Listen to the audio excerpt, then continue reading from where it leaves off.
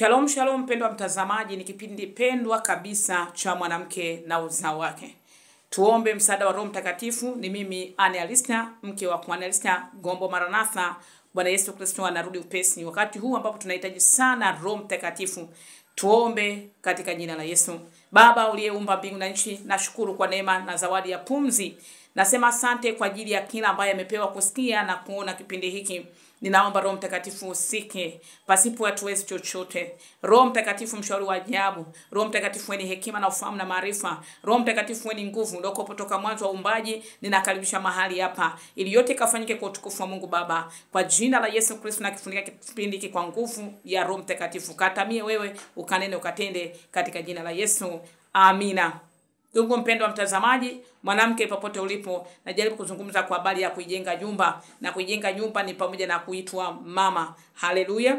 Ni kweli kwamba kila mwanamke sio kwamba anaitwa mama, lakini wewe uliyebahatika kuitwa mama na mimi pia tunatakiwa kumshukuru Mungu sana kwa neema hiyo. Lakini pia wewe ambaye ni mtoto au binti, kumbuka kwamba kuna nafasi pia iko mbele yako, siku moja na wewe pia utaitwa mama. Wakati huo unapofikiria kwamba binti, je, umama wako utaenda kutimia? Na kama ukitimia utakuwa mama wa aina gani? Mama bora au imetu kwamba umeitwa mama? Kwa hiyo wakati huo tunaangalia vitu muhimu ambavyo vinaweza vikatupeleka mahali fulani pa kulitimiza kusudi la Mungu. Kumbuka kwamba kwenye bustani ya Eden tayari uharibifu ulishaingia, na Mwanzo 3:6 kwa habari ya tamaa ambayo ilipelekea mwanamke akaingiza mauti kwenye familia yake, maana alibeba lile tunda ambalo limebeba mauti kwa mume wake, na kwa mume wake tunaona kwamba mauti ikawa imeendelea mpaka kwa watoto wao, kwa Kaini akaua kabisa ndugu yake na damu ikalia, na tunaona kwamba hiyo ndio iliyoendelea mpaka leo. Lakini sasa tunao neema katika Yesu Kristo, upendo ule mkuu ambao Mungu alirudisha tena nafasi ya heshima, na katika habari ya baraka ambazo Mungu alibariki tuzae tuongezeke. Katika baraka hizo tunarudi tena kwa Bwana wetu Yesu Kristo, yeye ambaye ametupa tena neema hiyo kwa damu yake, kurudisha katika jina la Yesu Kristo nafasi ya mwanamke, uzima tena kwa mwanamke na uzima kwenye familia yake. Kwa hiyo tunakuja tena kama mwanamke ambaye anarudisha nafasi au heshima au familia au uzima kwenye familia yake na uzao wake. Ile mauti ambayo mwanamke alisubutu kaingiza, leo katika Yesu Kristo tunarudisha uzima. Katika Yesu Kristo tunarudisha tena uhai, tunarudisha tena uponyaji. Tutaangalia neno hapa katika Zaburi ya 58:3. Anasema wasio haki wamejitenga tangu kuzaliwa kwao, lakini anasema tangu tumboni wamepotea wakisema uongo. Tangu tumboni, mtoto anapoteaje tumboni kusema uongo? Wapi, kwa neno lipi anaweza mtoto akasema uongo? Mtoto yupi akiwa tumboni anaongea? Mtoto yupi akiwa tumboni anapotelea kwenye uongo? Kwa tunajua kwamba hichi ni zaidi ya vile akili ya binadamu tunavyoongea, au zaidi ya fikra tunazoziona. Hii ni ulimwengu wa roho. Haleluya. Ulimwengu wa roho, kwa sababu huyu mtu huwa hana mabadiliko, isipokuwa mwili wake ndiyo wenye mabadiliko. Kwa hiyo uumbaji unapotokea katika mwili au kwenye tumbo, mara moja ile ikulu ya uzazi Mungu ambao amechagua kuumba, na wakati huo uumbaji unapoingia, yule mtu anakuwa mkamilifu mbele za Mungu. Katika ulimwengu wa roho anakuwa amekamilika, isipokuwa mwili ndio unaokuwa kwenye mabadiliko. Kwa hiyo kama nazungumza kwa habari ya kupotelea katika uongo, ina maana kwamba ni ulimwengu wa roho wa yule mtu ambaye ni mtoto kwa wakati huo, na anakuwa tayari ameumbika kwenye tumbo la mama. Ndani ya tumbo lako, ndani ya tumbo langu, pale anapoumbika, anaumbika katika kweli au anaumbika katika uongo? Anaumbika akiwa ametengwa katika uongo ili apotelee kwenye uongo, yani kwamba atakapokuja kwenye dunia hii huyu hataweza kuishi katika ile kweli ya Kristo, au atakapokuja atakuja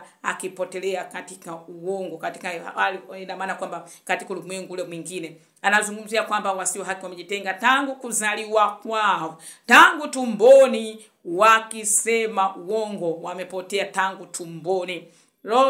Tunaangalia pia Isaya sura ile ya 48 mstari wa 8. Anasema namu haukusikia na hukujua, na tokea zamani sikio lako halikuzibuka. sikio halikuzibuka tokea zamani. Yaani kwamba unaweza kaona wengine mpaka viziwi ni ishara tu, au pofu ni ishara tu ya nje, lakini Mungu anazungumzia rohoni tayari ile kitu ilishakuwepo, kwamba sikio halikuzibuka. Na halikuzibuka unafikiri ni leo? Anazungumzia kwamba ona, maana nalijua kuwa wewe watenda kwa hila nyingi, na umeitwa mkosaji tangu kuzaliwa kwako. Huyu anayezaliwa tu anaitwaje mkosaji? Huyu anayezaliwa tu anaitwaje kwamba sikio lake limezibwa? Huyu mkosaji anaitwaje hivyo? Tunaona kwamba hii ni rohoni, ni rohoni, kwamba sikio halijazibuka rohoni katika habari ya kuweza kusikia vitu vya rohoni, kwa sababu imani huja kwa kusikia, na kusikia huja kwa neno la Kristo. Kwa hiyo kuzibuka kulipokea neno la Kristo toka tumboni huyu mtu, toka kuzaliwa kwake huyu mtu, huyu anayeitwa mtoto katika habari ya kimwili, lakini katika ulimwengu wa roho huyu ni mtu, na katika habari hiyo kwamba sikio lake halikuzibuka. Kwa hiyo leo anaweza akawa anahubiri, au hata kama mzazi akawa ameokoka, au pengine hata akawa ni mtumishi, lakini unakuta kwamba halikuzibuka katika habari ya neno la Mungu. Maana neno la Mungu ndio uhai, maana neno la Mungu ni hai na ndilo lenye nguvu, na ili neno ndio upanga, neno ndio nyota, neno ndio upanga, neno ndio nyundo, neno ndio moto, neno ndio taa ya kumfanya aone nini kinatakiwa kufanywa. Nimeshaona na nimeshuhudia vitu vingi sana, lakini huyu inakuwaje kwamba sikio lake lisizibuke? Ina maana kwamba tunaona katika Mathayo sura ile ya 3 pale mstari wa 6, Yohana Mbatizaji wakati anabatiza, Masadukayo walikuja wengi, Mafarisayo walikuja wengi, akamwambia ninyi ni kizazi cha nyoka, ni nani unafikiri kwamba atawazuia msipate ile hasira ya Bwana, msipate ile adhabu? Kumbuka kwamba panga shoka nimeshawekwa kwenye shina, na kila mtu usozaa unakatwa. Msisije mkasema kwamba mna baba Ibrahim, lakini Mungu anaweza kumuinulia hata mawe haya yakawa watoto wa Ibrahim. Anazungumzia nini? Kwamba katika habari ya tumbo, lile tumbo mara nyingi sana, au katika hali ya kawaida kabisa, unaweza kazani kwamba kwenye tumbo hakuna shida. Kwenye matumbo ya wamama au kwenye matumbo ya mwanamke kuna vitu vingi sana katika ulimwengu wa roho.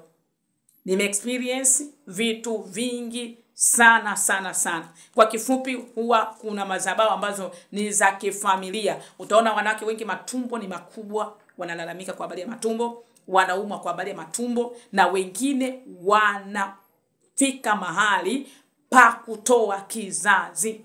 Unatoa kizazi kwa ajili ya maumivu, kwa habari ya tumbo kuumwa, maumivu ambayo yanapelekea ukija ukipimwa, vipimo vya binadamu vinasema kwamba hii ni kansa. Lakini hiyo kansa ili waje, ili kwamba ung'oe kile kizazi. Ni kweli kwamba kuna kansa, lakini nikwambie kitu, ukiingia kwenye ulimwengu wa roho utagundua kwamba ni madhabahu ambayo inataka sadaka. Walawi 20 anazungumzia kwamba usitoe katika kizazi chako na kumpa Mungu Moleki, yani miungu mingine. Kwa hiyo kile kizazi chako, ili ionekane kwamba wewe mwenyewe umekabidhi, utaenda hospitalini ukiona kama hali ya kawaida ya kimwili, utaona kama hali ya kawaida ya kuumwa, utaona katika hali ya kawaida kwamba wewe ni mgonjwa na maumivu ni makali, lakini ni kizazi cha nyoka au miungu au hayo majoka ndio yanaong'ata na kuumiza na kuleta maumivu ambayo yanapelekea hali hiyo ya kibinadamu. Kwa sababu sio muombaji na kwa sababu hawawezi kutulia katika uwepo wa Mungu, unaenda unakubali kutoa kizazi.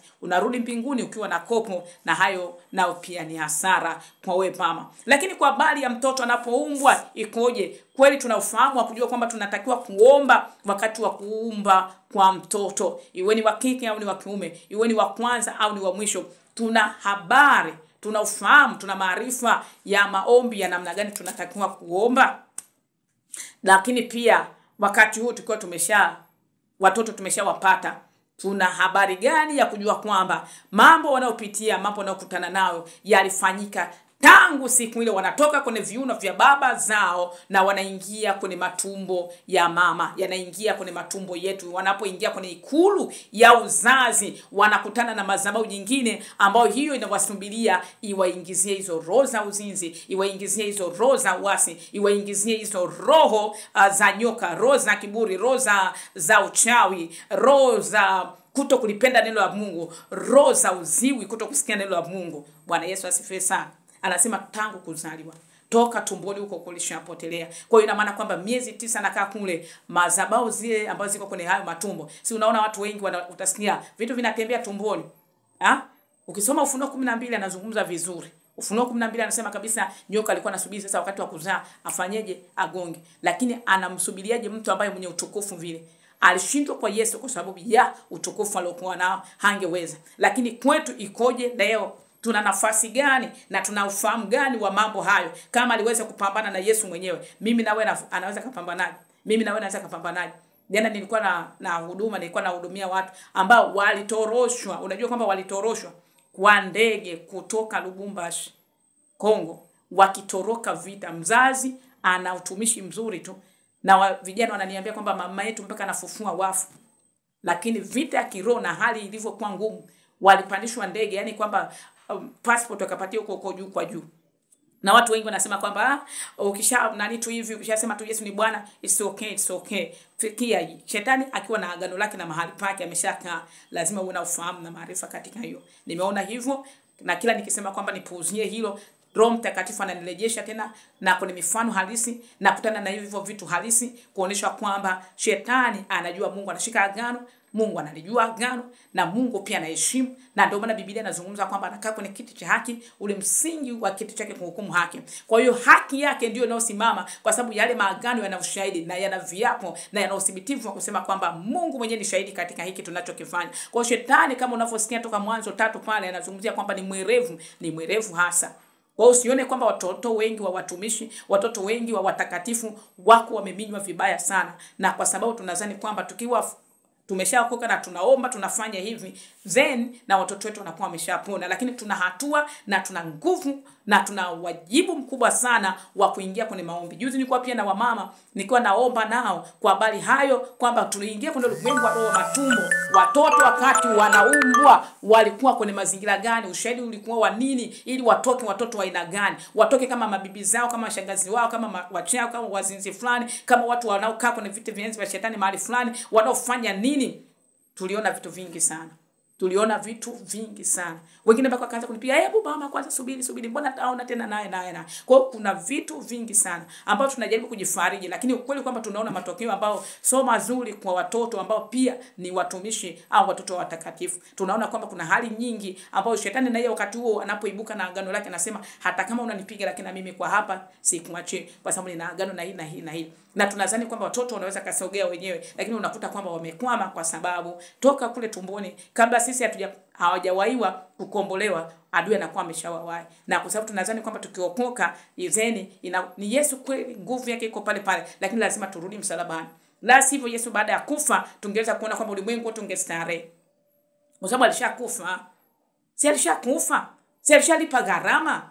Si alishakufa kwa ajili ya hizo dhambi. Lakini tunaona kwamba kuna mtu tena lazima achukue hatua ya kwenda tena kuingia kuomba tena msaada ili damu iingie na imsafishe. Vivyo hivyo kila hatua ambayo iko katikati yetu kwenye maisha yetu, vivyo hivyo lazima turudi na kukiri kwamba hapa kule tulikosea, zeni tunaomba damu ya Yesu ingie iondoe kile kilichokuwepo. Kwa hiyo pamoja na watoto wetu kuumbwa au kuzaliwa, pia pamoja na sisi wenyewe, kwa sababu pia kuna vitu vingi ambavyo vinaweza kaendelea na vikao vinatusumbua. Navyo pia hivyo wakati wa kuumbwa kwetu, wakati wa kutoka kwenye tumbo la mama zetu, kuna vitu ambavyo viliendelea kukaa na kubaki na shetani akaendelea kuvitumia kama vya kwake. Kwa hiyo tunahakiki vipi kwamba niko salama, lakini pia nina hakiki vipi kwamba watoto niliowazaa salama. Nimeshaona watoto wengi sana wa watumishi wa watakatifu ambao wako committed, wako vizuri sana mbele za Mungu. Lakini mtoto ambaye alimzaa nje ya ndoa, mtoto naye pia anakuja kuzaa nje ya ndoa. Mtoto naye pia anakuja kuzaliwa nje ya ndoa. Binti au mtoto wa kiume anakuja kufanya yale ambao pia mzazi alipokuwa hajaokoka, na huyu naye ambaye pia ameokoka, yanamtokea yale, yanafanyika yale. Hao vijana ambao niliongea nao na niliwahudumia ambao wamekimbia huko kwao Kongo, anazungumzia kwamba mimi mamangu anafufua mpaka wafu, lakini dadangu ameshindwa kusoma. Lakini pia leo ana umri mpaka nafika saa mtu mzima, ameshindwa kuwa na kazi. Mimi mwenyewe nimemaliza na chuo toka 2023. Sina hata kazi, sina hata ndoa. Tena sasa sitaki hata ndoa, sina hata shida na mwanamume. Lakini basi hata ningepata kazi, maana mimi ndo nimesoma, maana mimi ndo hivi. Lakini mama anainua mpaka anasema Lubumbashi yote namjua, mamangu anaitwa hivi. Kwa hiyo tunaangalia vitu kama hivyo. Okay, ni kweli kabisa Yesu alifanya vyote kamaliza. Tena nina ushahidi wa kaka mmoja akaniambia, nyinyi watumishi mtadaiwa. wakati namhubiria kwa habari ya kumleta kwa Yesu. Akaniambia, mbona mnawaambia watu Yesu alimaliza? Yote yalikwisha. Lakini tunaona watu wako kwenye shida zao vile vile. Tunawaona watu mpaka tena muambie wafunge, mpaka watu muambie wakeshe, mpaka muambie watu wafanye hivi. Kwa nini tu tusione mambo yakiwa yametokea? Bwana Yesu asifiwe. Nilimwambia kitu kimoja hivi.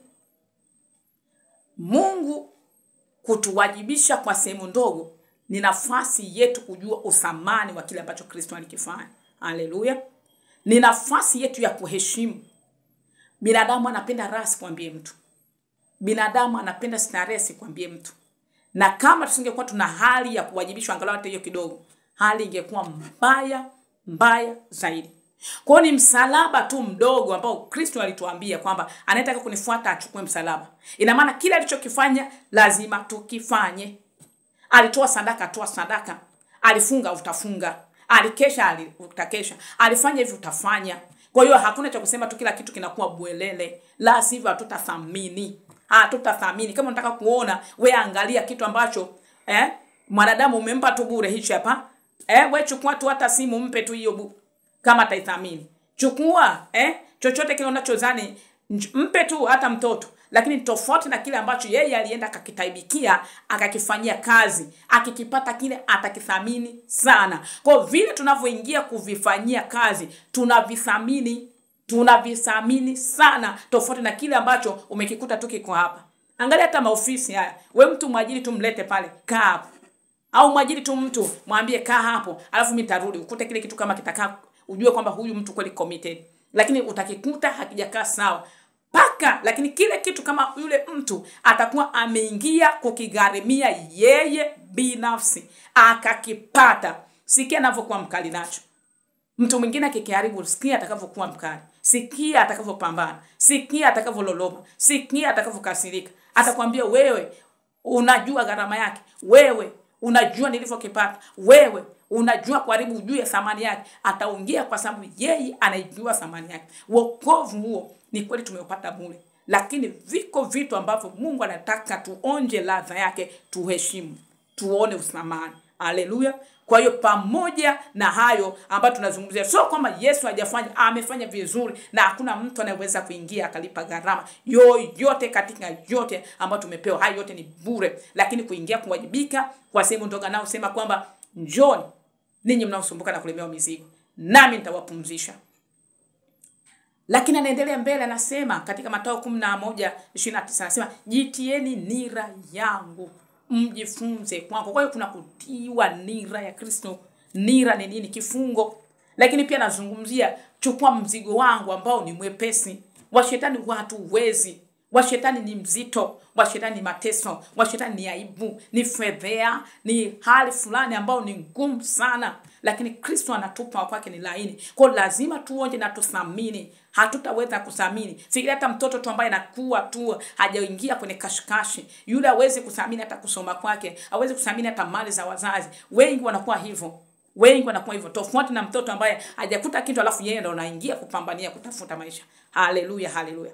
Kwa hiyo tunapoangalia kwa habari ya wokovu, Yesu ametufanyia kabisa, vyote ni vya thamani sana. Lakini kuna vitu ambavyo lazima tujue kwamba anatutaka na sisi pia tuonje ladha ngaa kidogo. Haleluya. Nazungumzia kwa habari ya watoto na matumbo yetu. Sisi wenyewe tulikotoka na vile ambavyo mahali tulipo, lakini pia wakati ambapo tunagundua kwamba nina mtoto ambaye kuna 1 2 3 vitu ambavyo vinarithi vinaingia. Huyu asingekuwa muongo toka tumboni, uongo utoe wapi? Huyu mtoto ndio kwanza kaingia. Lakini kwamba Mungu alizungumza na patiliza wana maasi ya baba na kasirikia kile kitu walichonikosea nacho mpaka kizazi cha 3 na cha 4. Kwa vile vitu ambavyo havikukatwa, maana anazungumzia nikatafuta mtu, Ezekiel 22:30, miongoni mwao atakayelitengeneza lile boma, asimame mbele zangu atengeneze, na kama mtu na wawashia hasira. Kama anayetengeneza hayupo, mimi na wawashia na wawekea yale yote ya kwao juu ya vichwa vyao na wateketeza kwa hasira. Kwa hiyo kuna vitu kama hivyo vinakuja, tunaviona kwa watoto. Nimeona watoto wa watumishi wengi wamezalia nyumbani. Wengi wako kwenye hali fulani ambayo haina ushuhuda. Nazungumza hivyo, haina ushuhuda, haimpi Mungu utukufu, haimpi Mungu heshima, haimpi Kristo heshima. Lakini katika namna moja au nyingine lazima tujue kwamba ndio tumeokoka, tuna nafasi fulani ya kutengeneza vitu fulani ambavyo ni muhimu sana. Nayo kwa mama naweza kuzungumzia tumbo, ambayo ni ikulu ambayo Mungu anaingia kufanya uumbaji kati yako wewe na Mungu, kati yangu mimi na Mungu. Hiyo ikulu hiyo inatakiwa kutakaswa, kukombolewa, kuharibiwa vile ambavyo tayari shetani alishajua kwamba hiki kizazi nimewekeza kuhakikisha kwamba watakuwa wazinzi, watakuwa wachawi, watakuwa 1, 2, 3, watakuwa wanazaliana tu, watakuwa wananiabudu tu, watakuwa waasi, watakuwa 1, 2, 3. Kwa hiyo lile tumbo lako pia, angalia tu wamama wengi wanapoingia kwenye kalenda zile, huwa kuna mateso na maumivu mengi sana. Nimeshawafanyia huduma wengi, wasichana wengi, hata ninavyozungumza hata sasa nimetoka kuwafanyia wengine kwa habari ya matumbo zinapofika. Kwa nini uumwe hivyo? Nafikiri kwamba ni kweli kwamba wengine watasema ni machango nini. Wewe ongea unavyotaka, lakini mimi nikiingia kwenye maombi kuhusiana na hayo ambayo nazungumza, na wale wasichana wanafunguliwa, wale wamama wanafunguliwa. Haleluya. Bwana Yesu atusaidie katika hilo. Kwa hiyo nazungumzia kwamba sikio alikuzibuka kwa sababu wewe ulikuwa muovu toka tumboni. Wewe ulikuwa umetengwa katika uongo toka tumboni. Wewe ulikuwa kahaba tangu tumboni. Kule tumboni ukahaba uliingiaje? No, lile tumbo ambalo linakuwa limeshaandaliwa kupitia ile asili, na lenyewe linakuwa limeshatengenezwa kwamba na lenyewe pia litazama kahaba, na lenyewe pia litazaa wachawi, na lenyewe litazaa ambao wa masikio yao hayawezi kusikia na kutembea katika mapenzi ya Mungu. Hayawezi kufurahia vitu vya kimungu, wanafurahia vitu hivi, wanafanya hivi, wanavifuata hivi. Hivyo ndivyo wanavyokimbilia. Kwa hiyo kwa namna moja au nyingine tuna wakati ambao tunatakiwa kutembea kwenye ulimwengu wa roho wa ikulu ya uzazi. Kwamba mtoto aliingia tumboni, wakati anaingia katika ulimwengu wa roho tunaingia the same. Katika ulimwengu wa roho tuna uwezo wa kuingia popote na damu ya Yesu. Katika ulimwengu wa roho tuna uwezo wa kuingia tarehe yoyote kwa damu ya Yesu. Siku ya kuzaliwa kwa damu ya Yesu. Kutembea kwenye ulimwengu wa roho ambao kwenda kuyakataa yale ambayo adui amelazimisha kwamba ninachojua kwamba hapa nina agano langu na hawa watakuwa wa kwangu, wakiyaishi haya kuanzia wanazaliwa ninawawai. Kumbuka kwamba Yohana alijazwa Roho Mtakatifu tangu tumboni kwa mama yake. Haleluya. Lakini pia tunajua kabisa kwamba Yeremia Mungu alizungumza nimemtakasa tangu tumboni kwa mama yake. Lakini na ushahidi wa watu wengi ambao wanakuambia kwamba mimi nilikuwa mchawi tangu tumboni. Nilikuwa natolewa na babu yangu, tunaenda kufanya uchawi na narudishwa tumboni. Nani anayeweza kutolewa? Sio yule mtoto wa mwili, lakini yule ambaye ni nafsi. Kwa hiyo inakuwa imetengwa tangu tumboni kufanya uovu, kufanya uharibifu, kufanya hivi na hivi. Okay, na Mungu ni Mungu anayeshika maagano. Lazima lile agano la kwanza kulitambua na lile agano kulibatili ili kulisimamisha agano la Kristo. Anazungumza kama misingi kiharibika, mwenye haki atafanya nini? Mwenye haki tunayo nafasi ya kujua kwamba kuna damu ya Yesu Kristo iliyomwagika. Kukiri, anazungumza kwenye Walawi 26 pale 42. Anasema wataukiri uovu wao na uovu wa baba zao, na mimi nitawasamehe, nitawaridhia, nitaingia nitakaa nao. Kwa hiyo kuanzia tumboni lazima udhihirisho wa Kristo tuupeleke hapo. Ufalme wa Mungu na mapenzi ya Mungu katika yule ambaye anazaliwa, mapenzi ya Mungu apelekwe pale. Kuanzia pale anapotungwa atembee nayo sasa, ndipo aweze kuyatimiliza yale mapenzi ya Baba wa mbinguni, lile kusudi ambalo yule mtu aliumbiwa. Tukumbuka kwamba Mungu aliumba toka Mwanzo 1:26-28 mtu mume, mtu mke, na alibarikia aweze kumiliki, aweze kutawala, aweze kutiisha. Lakini sio rahisi shetani na yeye akubali, huwa na yeye ameshamwai kule ili aweze kumiliki yule na aweze kumtawala. Kwa hiyo lazima kutembea kwenye ulimwengu wa roho, kuondoa, kuzibua hayo masikio, kuzibua hayo macho na hiyo mioyo, na kuondoa ile mbegu ya uongo ili kuruhusu kweli ya Kristo, ile kweli ambayo ataweza kutembea nao. Ndiyo hayo anaozungumzia katika Yohana 14:6, mimi ndimi njia kwenda uzima. Ndipo ataweza kuiona njia ya kweli na hiyo njia ya uzima. Tuombe. Baba, katika ukuu wa jina la Yesu, ninapozidi kushukuru kwa neema yako katika hayo yote nilionena, ni kwa damu ya Yesu Kristo na kwa jina la Yesu, nasogeze ikulu ya uzazi wa kila tumbo la mwanamke ambaye amepata neema ya kusikia neno hili katika damu ya Yesu Kristo, katika jina la Yesu Kristo.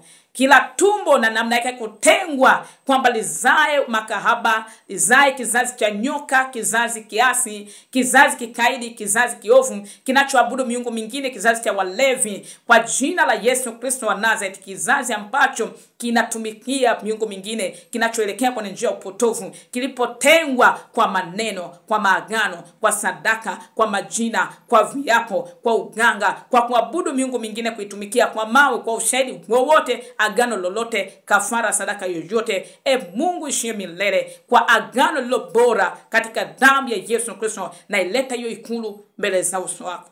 Ninasimama kwa agano la kikuhani, kwa kuwa tuna kuhani mkuu Yesu Kristo aliyeketi mkono wa kuume wa kiti cha enzi cha Mungu Baba, yeye anayetuombea kuhani milele. Ninaomba katika jina la Yesu kwa habari ya kila tumbo, kwa damu ya Yesu Kristo, Mungu samehe uovu, Mungu samehe uovu wa tumbo hilo tangu na lenyewe lilipoandaliwa kwa ikulu kwa ajili ya kuzalisha watoto. Kwa damu ya Yesu Kristo, Mungu ninaomba damu yako, agano jipya, kusafisha, agano la damu takatifu isiyo na waa.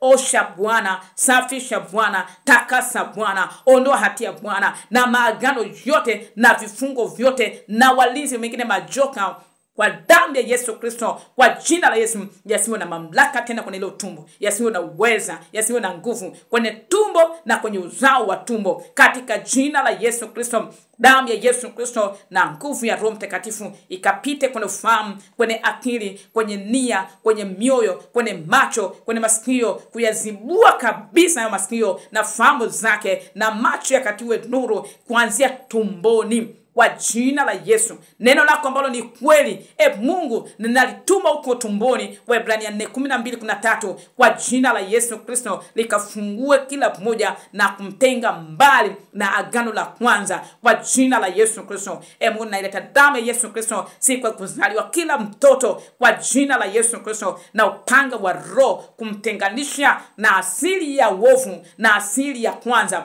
na asili ya uharibifu, na asili ya kuzimu, na asili ya laana, katika jina la Yesu Kristo. Bwana, ninamleta kwako kwa damu ya upatanisho kila mtoto. Bwana Yesu Kristo, imeandikwa aliyeungwa na Bwana ni roho moja na Kristo Yesu. Kwa nguvu ya msalaba wako, katika Yesu Kristo, ninamsogeza kila mtoto wa kike na wa kiume, kila kijana wa kike na wa kiume, kila binti kuanzia leo, katika jina la Yesu Kristo, katika utukufu na neema na nguvu na uzuri, Mungu mtakatifu, katika jina la Yesu, ili Bwana akaingie katika mapenzi yako na kutembea katika njia yako. Yohana 14:6, na kaione hiyo nuru, na kaione hiyo njia, na akatembee. Bwana ukamuongoze, Bwana ukamwangaze, Bwana ukamtegemeze, Bwana usimwache, katika jina la Yesu. Ikiwa hajaoa, hajaolewa, Kristo Yesu wakati huu ni wa kumuongoza katika njia ya ndoa yake. Ikiwa hajapata kazi, ikiwa alikuwa anashindwa shuleni, hekima na ufahamu vinatoka kwako kwa nguvu ya Roho Mtakatifu. Ninaruhusu nguvu